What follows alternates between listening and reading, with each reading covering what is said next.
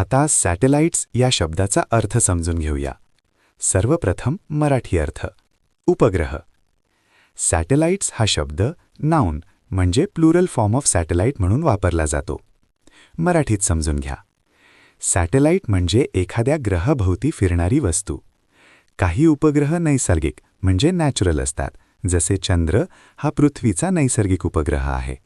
तर काही मानवनिर्मित म्हणजे आर्टिफिशियल सॅटेलाइट्स असतात, जे वैज्ञानिक संशोधन, हवामान अंदाज, दूरसंचार आणि जीपीएससाठी वापरले जातात. English meaning. Objects that move around a planet in space. Easy one line definition. An object that moves around a planet. आता सिनोनिम्स पाहूया. Orbiter, moon, space satellite.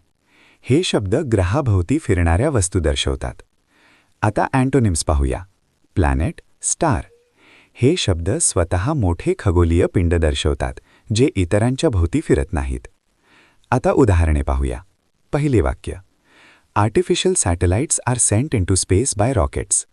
मानवनिर्मित उपग्रह रॉकेटद्वारे अवकाशात पाठवले जातात. इथे सॅटेलाइट्स म्हणजे मानवाने तयार केलेले उपग्रह जे रॉकेटने अवकाशात सोडले जातात. दुसरे वाक्य. The moon is a natural satellite of the अर्थ. चंद्र हा पृथ्वीचा नैसर्गिक उपग्रह आहे.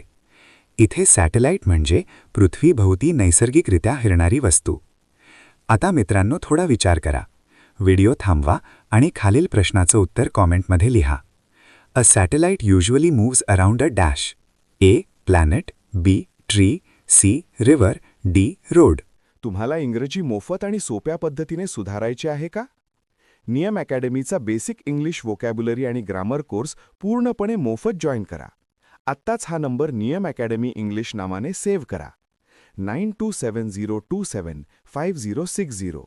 नंतर व्हॉट्सॲपवर हॅलो सर असा मेसेज पाठवा. दररोज व्हिडिओ प्लस MCQ सराव मिळवा. नंबर सेव्ह केल्यावरच लिंक उघडतील.